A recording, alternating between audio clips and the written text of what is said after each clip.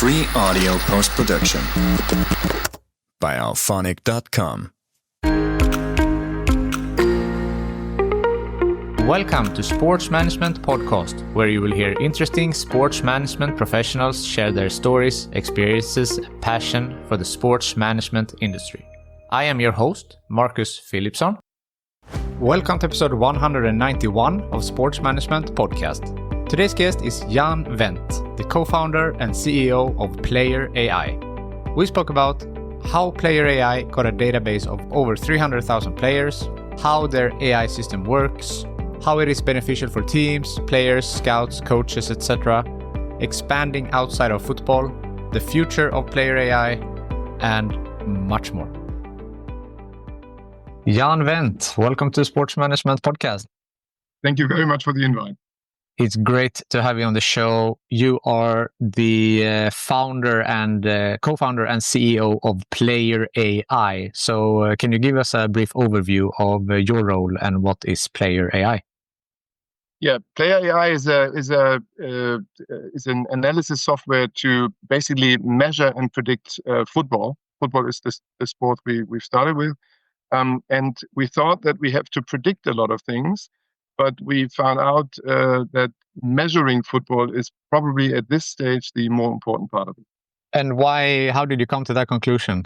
And what is so important to measure, and what exactly do you measure?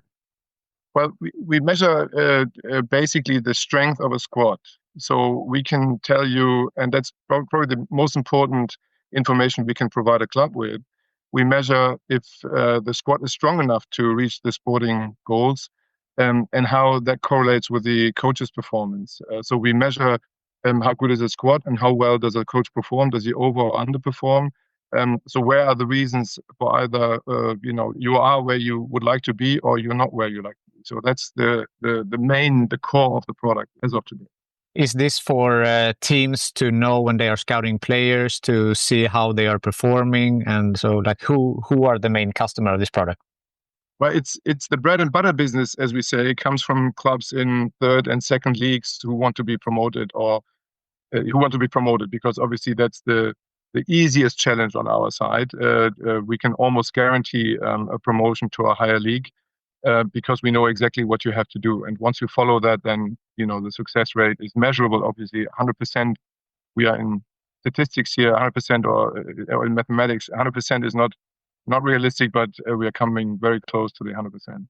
And then we have the business in usually in the first leagues in each country where you do not want to be relegated or you want to qualify for in Europe for the European cups, in other countries for their respective continental cups. And that's the second big part of our business, is to make sure that you will not be relegated or you receive the European cups, which obviously enhance your financial situation quite a lot.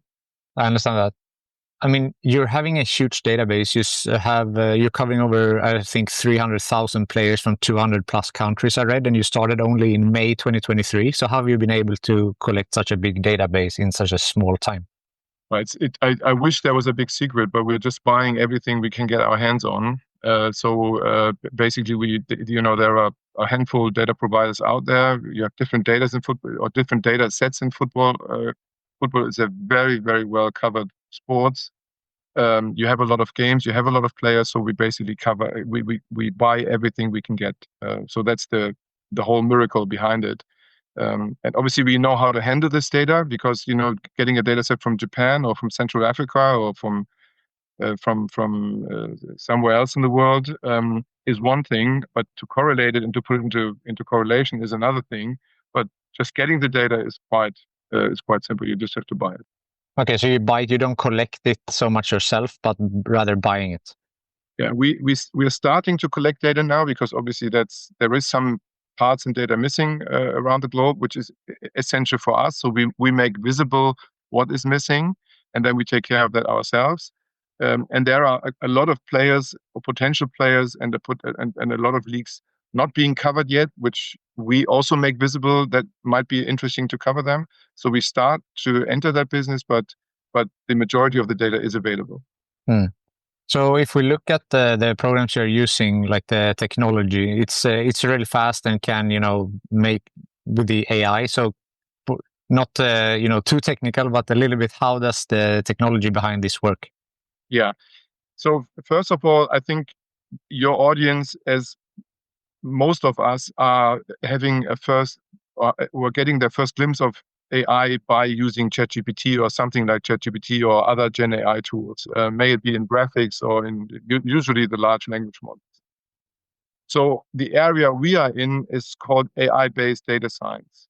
So in data science, you process large amounts of data. You need a lot of data to be able to see what we are talking about now. So you merge this data and you let AI tools find correlations in that data.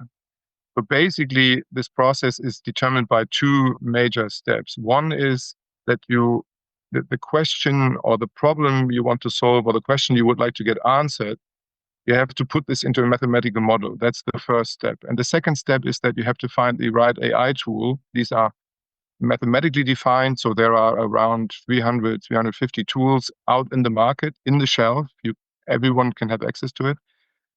And you have to connect the data set with this model, the problem-solving model, and the AI tool.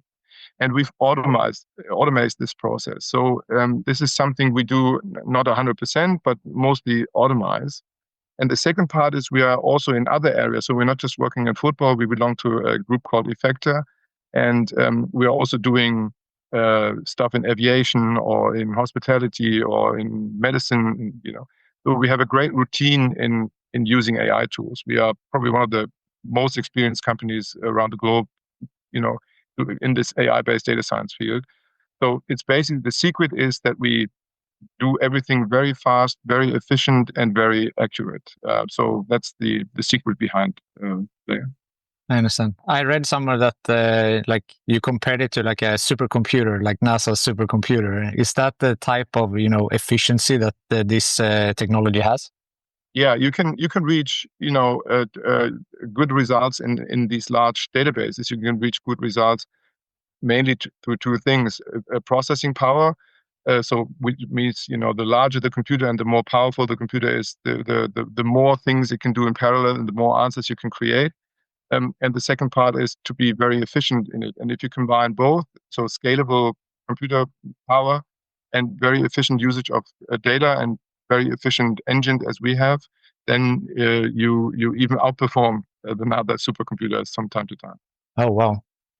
So you mentioned that you're in some other fields as well, but if we focus on sports, it's obviously in football. Is there any idea to, go into other sports as well?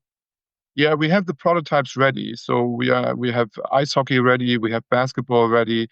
It's just a question, we require some kind of know-how in that sport, because ice hockey, for example, you change the lines from time to time. You have always inconsistency on the field. So football is we would love to go to American football, because obviously it's the pot is the biggest in terms financially, but you have only a few games and you only have a few clubs. So when you do the evaluation, football in terms of the foundation, in terms of data, you have a lot of data because a lot of games are played, a lot of leagues, a lot of players. You have a lot of data, and obviously commercially, you have a lot of clubs and fans around the world. So it makes sense to concentrate on football. But again, prototypes for basketball and ice hockey are in the shelf, and we just have to fill it with data. We just don't have the time, because the success in football is so overwhelming that we didn't have the time to really bring it onto the road. I understand that, but an interesting development may be ahead there with the basketball, football, American football, and ice hockey, perhaps. Yeah, it's the same. The huge. We deliver a lot of answers which are right now are just guessings. And how many people are going into tip. I don't know the English term, when you bet on a season, or you do a manager game or stuff like that. So there's a high insecurity within a team. I'm sure this came across you personally. If you ask a sporting director of a football club what is required to go from Championship to Premier League, or what is required from Bundesliga 2 to Bundesliga 1 to be promoted. So what kind of players do you need? And then you get from 10 different sporting directors, you get 10 different answers, which is absolutely good and correct because they all have their own, backpack of experiences. And we bring light to this. So we can precisely say, this player is good enough and he will make you stronger. And this is how it makes you stronger. This is how good you are. If you do, get these 5 additional players, you will improve here and here and here. And then you will qualify for the European Cups, just to give a brief example. And we can do this in basketball. And, in basketball, you see these typical draft situations where you have especially in American football, where you have a huge mismatch between the picks and then the actual performance on the pitch, and we can change that. It's just a question of opportunities, and the opportunities in football are just way bigger than anywhere else. Yeah. Do you have any success stories or examples where your tool has predicted something that proved true? Yeah, so you can divide that in 2 different areas. So in the things we publish, and then in the things we really did as a work experience. Now let's start with the last first. In the work experience, we have the problem that we do not want to in this early stage. We do not publish clubs because number one, the club would be under the microscope, and second, I think we would take a lot of the success away from the sporting directors in this early phase. I don't want any of our customers being seen as you are only as good because of AI, because that's not the case. We're just a tool, and in the end, there's 1 or 2 people taking the decisions, and they are responsible for the success of a club, no matter what kind of software or AI tool or whatever they hired. I mean, no one is talking about the scouts finding great players. It's always about the sporting directors, and I think this should remain. But I can say that every club who worked with us in League 2, in Germany, for example, just to give you some examples, has been promoted to League 1. And then on the first part, on the media side, our most known example is that we predicted that Harry Kane will not make a impact on the a positive impact on the goal difference of Bayern Munich. Or we predicted that when he's leaving Tottenham, all the values in Tottenham are going up. We predicted that Olise will be the strongest transfer for Bayern Munich, which at the beginning of the season didn't really look like it, but now it's been recognized that he's one of the probably best players in the world. And so, yeah, there are a lot of examples, but unfortunately some we can't or do not want to publish. I understand that, but really interesting case with Harry Kane, and I mean, there's so much. It's so much to take into consideration, to predict someone's performance when you have all the mental side, and maybe he's, on paper it looks really good, but there are other factors that plays in that means that he does not play as well. It's, for me, the most fascinating thing, because obviously I'm not coming from football. I'm coming from motor racing, and in motor racing, every 10th of a second we were chasing. So we were hungry for improve, or we had to improve on a daily basis, because once the stopwatch is on again, you see if you work well or not. So we were really hungry for every performance increase we could get. Now in football, there are some rules out there which have been there for decades. And one rule is you have to have a striker which is capable of, scoring a certain amount of goals.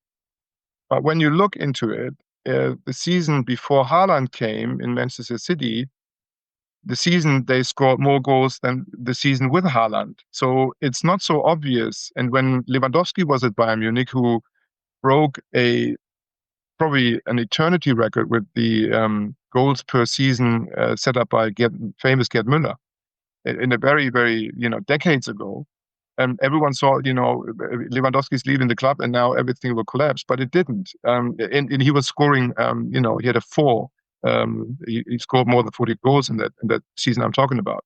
So there is no automatic pattern in having a great striker and being successful. And obviously we make this measurable because the system simulates how a player performs with his teammates against 11 opponents. home matches, away matches, cold, heat, full stadium, empty stadium, stadium size, even the level of if you're on sea level or if you're playing like in Peru, if you're playing a couple of 1,000 feet above ground or above sea level. So the system takes it all into consideration. It takes I think 11 years of football into consideration, and then that's the outcome. But it's a heavy simulation. It's a lot of processing power, a lot of AI intelligence behind it. But then you see that.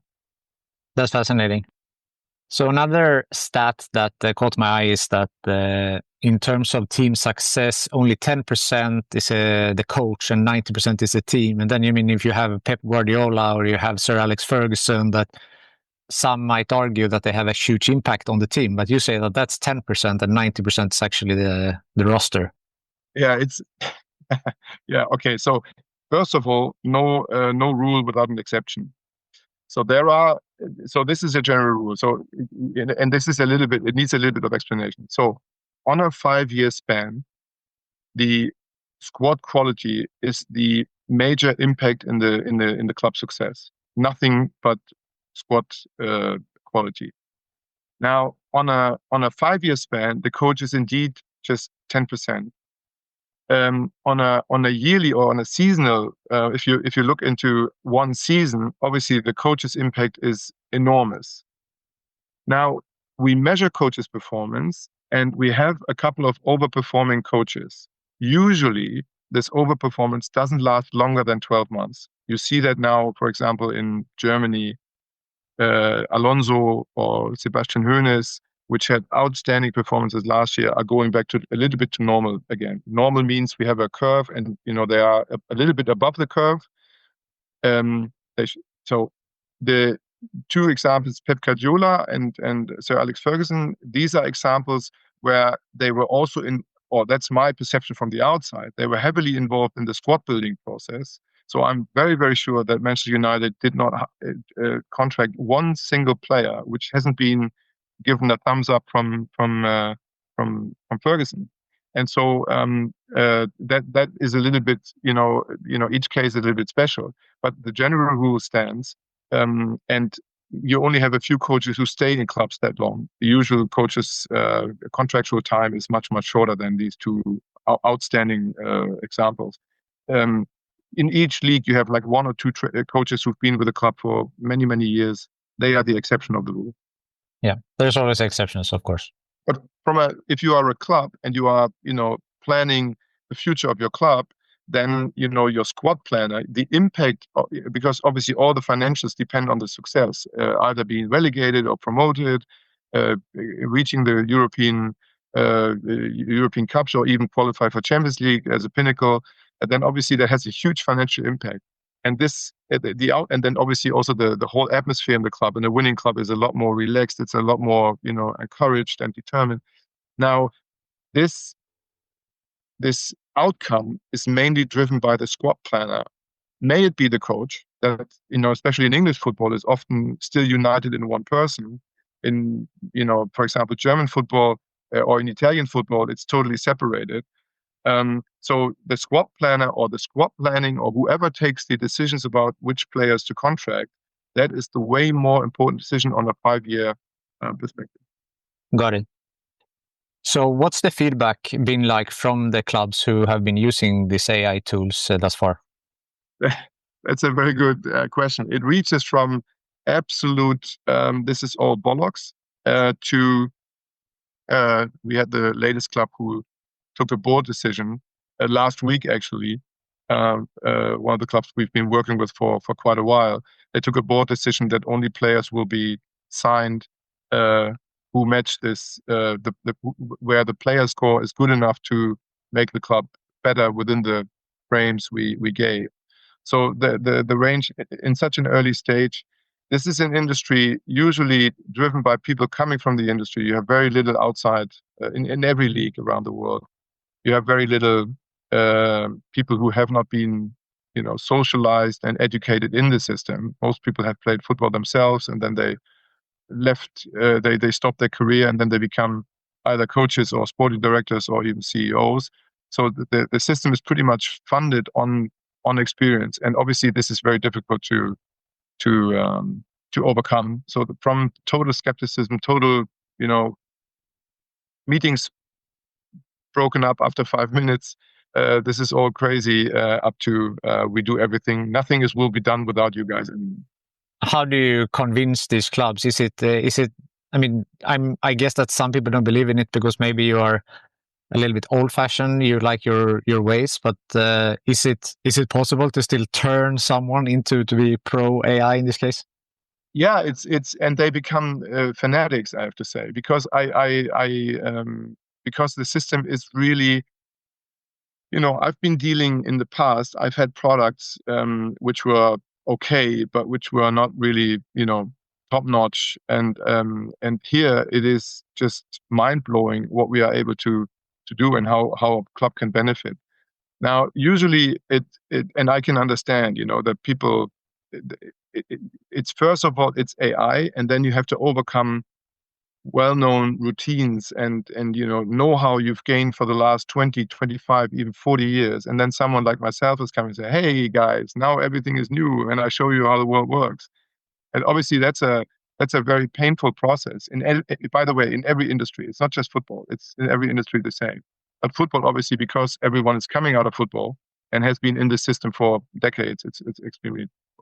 But the thing is just showing the examples where we did well, and then obviously announcing something a year ago, and then it comes into reality. And then it's also a question country by country. Germany is very skeptical, which is kind of interesting. We Germans don't like German companies. We love American companies in terms of software. So in England, it's very open-minded. Sweden, 50-50. America is very open-minded. So it's really also different from country by country. That's interesting. So you say US and Sweden maybe are more pro. Would you say that? Yeah, I think Sweden has always been open-minded, but again, it's also in Sweden, it's a closed shop. I mean, how many people are working in Swedish football? Maybe 100. I mean, in decision-making positions, 100 people maybe, and they all know each other. And then to stick your head out as a first one is always. You really have to find a case where someone is really in trouble. That's our best case. Is where you're really in trouble. You have to change something. You lose a lot of money. You are way beyond expectations, or below expectations. Sorry, you're way below expectations. It has to fit for the first club. But then it's we're seeing it's getting better and better and easier, but it's still a persuasive process. Yeah. So looking ahead now, what's next for Plaier AI? So far, the tool is most likely used in scouting because that is the biggest part. So as a club, you can make you have two threats. One is a wrong transfer, and another one is an injury. That's the what's killing the money. So right now, the doing the right transfers, I think we cover that 100% with a very, very high accuracy. 9 out of 10 transfers are as we predict, so that's way higher than any human being. And the second part will be injury prediction. The prototypes are ready. We just need to validate the system. So that means you have two scenarios. Either the player will be, you have like a percentage over the player. Player will be injured in a certain amount of minutes or in the next games or whatever. And then reconvalescence scenarios. When does he come back to the pitch, etc., together with the practice data. And then the bigger part on the roadmap is tactical analysis. So how do you play? Because every scene in football has been played thousands of times, and we will compare these results and we'll tell you how to tactically approach this team. And last but not least, then in-game predictions will become more and more popular. Where to shoot the penalty, to give an advice to the goalkeeper, where is the penalty shooter shooting, which impact does the substitute make when you bring him in the 60th minute or at this moment, and stuff like that. So these are the big areas in which we will develop software. Interesting. Yeah. It will change football dramatically. It will not change our way how we see it, but behind the scenes, it will change it dramatically. Like basically AI will change every industry. So that is not just football related. For sure. I'm also interested in your journey and how's that been like? You've been in sports for 30 something years now, if I read correctly here. So you mentioned before you started in motorsport. So Yeah. how did you get into the sports industry? And if we can walk through your career journey up until today. I've been a business major in university, and for me it was always clear that I end up in racing one day. It was basically I had a friend who, in the age of 14, told me that he wants to become a real estate agent, which he is as of today. And for me, it was always clear that I go into racing. And then right after university, I started in smaller junior Formula teams. I started Formula Renault. That was very popular at the time. Kimi Räikkönen was promoted from Formula Renault to Formula One directly. I raced against, not as a driver, as a team manager, I raced against him. So I started Formula Renault, and then I made my way up to Formula One, spent a couple of years in Formula One, and then at the same time, I united with a large sports marketing company where, I had my first touch points with football, or with football. It was a time when football marketing became massively interesting. Then we had in Germany World Cup 2006.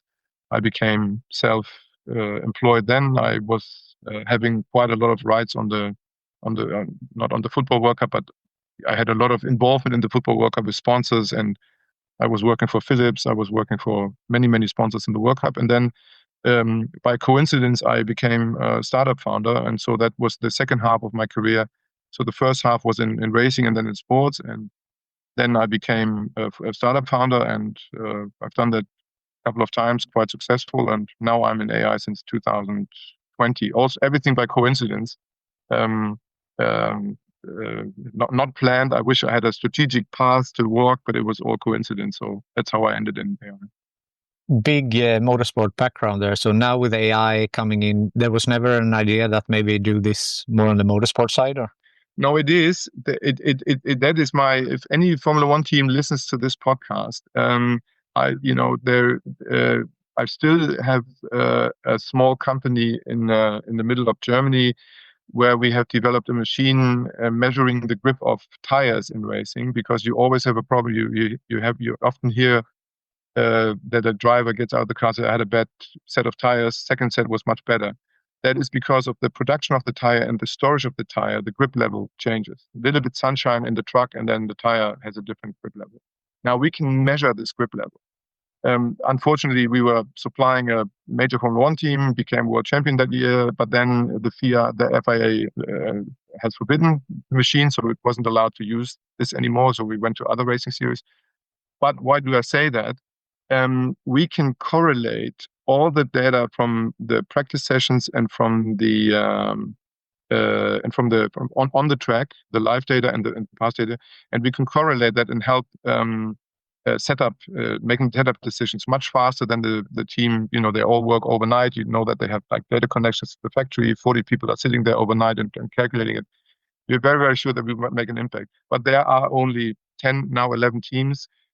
It's a very small market, and you have to really do a lot of. You have to find someone who's financing the prototype. But we would make a major impact in setup of Formula One for sure. That's really interesting. And as you mentioned before, like you're chasing, what do you say, like a hundredth of a second there. So obviously the grip is of highest importance. Yeah, and we have. I mean, in football, probably a football player is the best tracked employee you have on the planet. So I think there's maybe pilots are as well tracked. But a Formula One team is producing so much data, and it's so difficult to handle that. And obviously, these engineers have highly sophisticated tools already in place.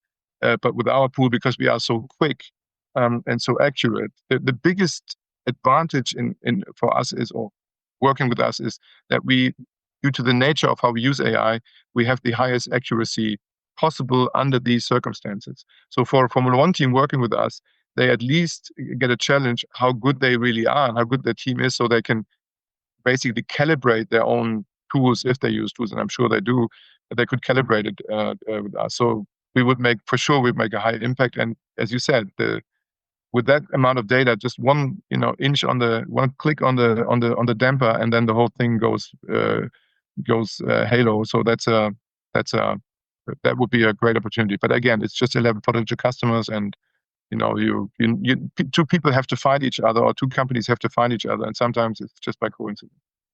For sure. So how are you juggling these different roles that you're having this company and also the Plaier AI?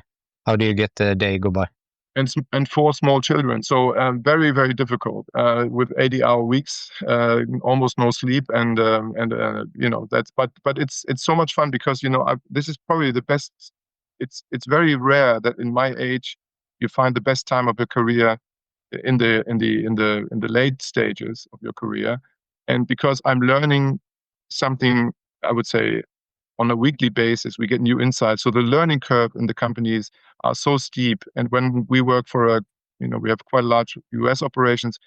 When there's a new company onboarding, it doesn't matter in what industry, we always learn new stuff. I have a young kid from Switzerland who approached us with an art startup to connect AI with art. You work with these young kids who are determined, have great ideas. You learn from them. It's a fantastic time, to be really honest. And then time flies by, and you don't really feel the work. Yeah, I understand. When you do something that you love, right? Then it's easier to work 80-hour weeks. It's not work anymore. It's you're curious to learn. You see new stuff. Oh, it's so amazing. I just love it, I have to say.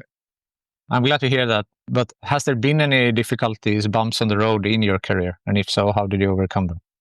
Yes, of course. I mean, things haven't worked out as I wanted. I think that's there have been a lot of. But the biggest bumps, I think, and that's probably counts for most of the people you will ask the question. The biggest bumps is when your own expectation does not match with the reality. So in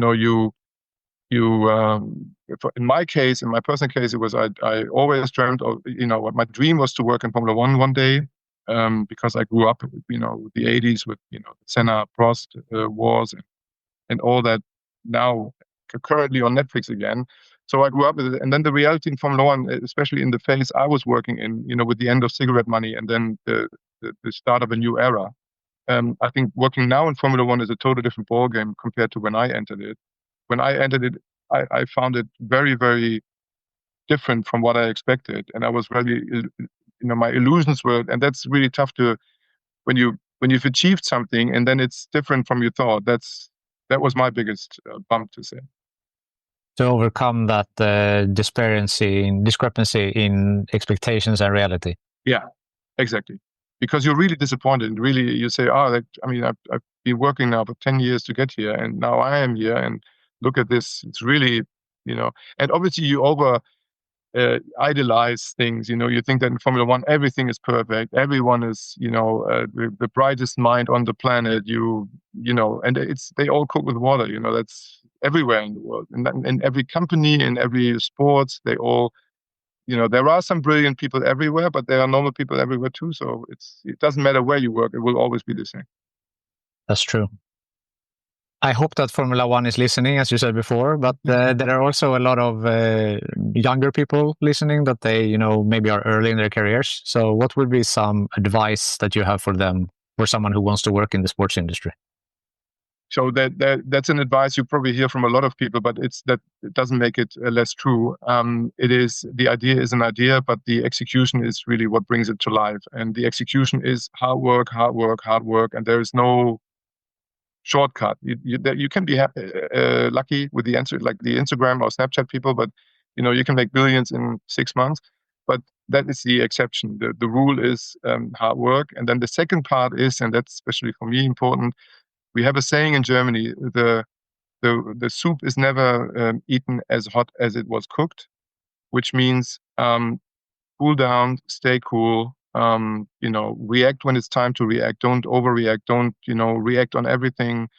Find your own path where you don't write an email to everyone who's writing you an email, where you don't answer everything.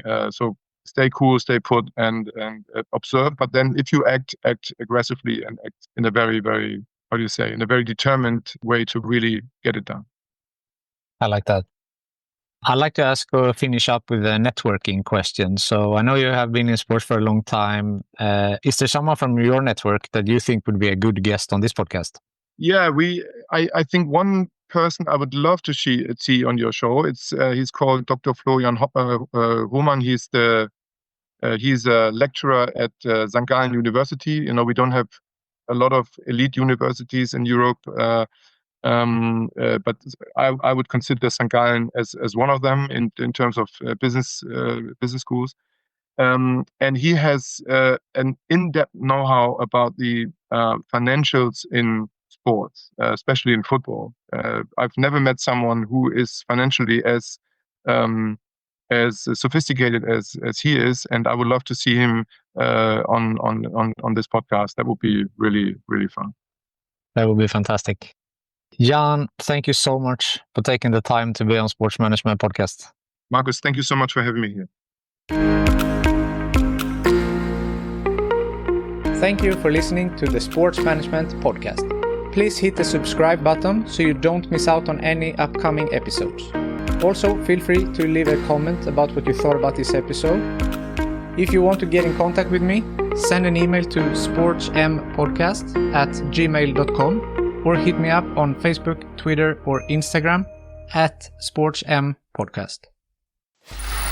Free audio post-production by alphonic.com.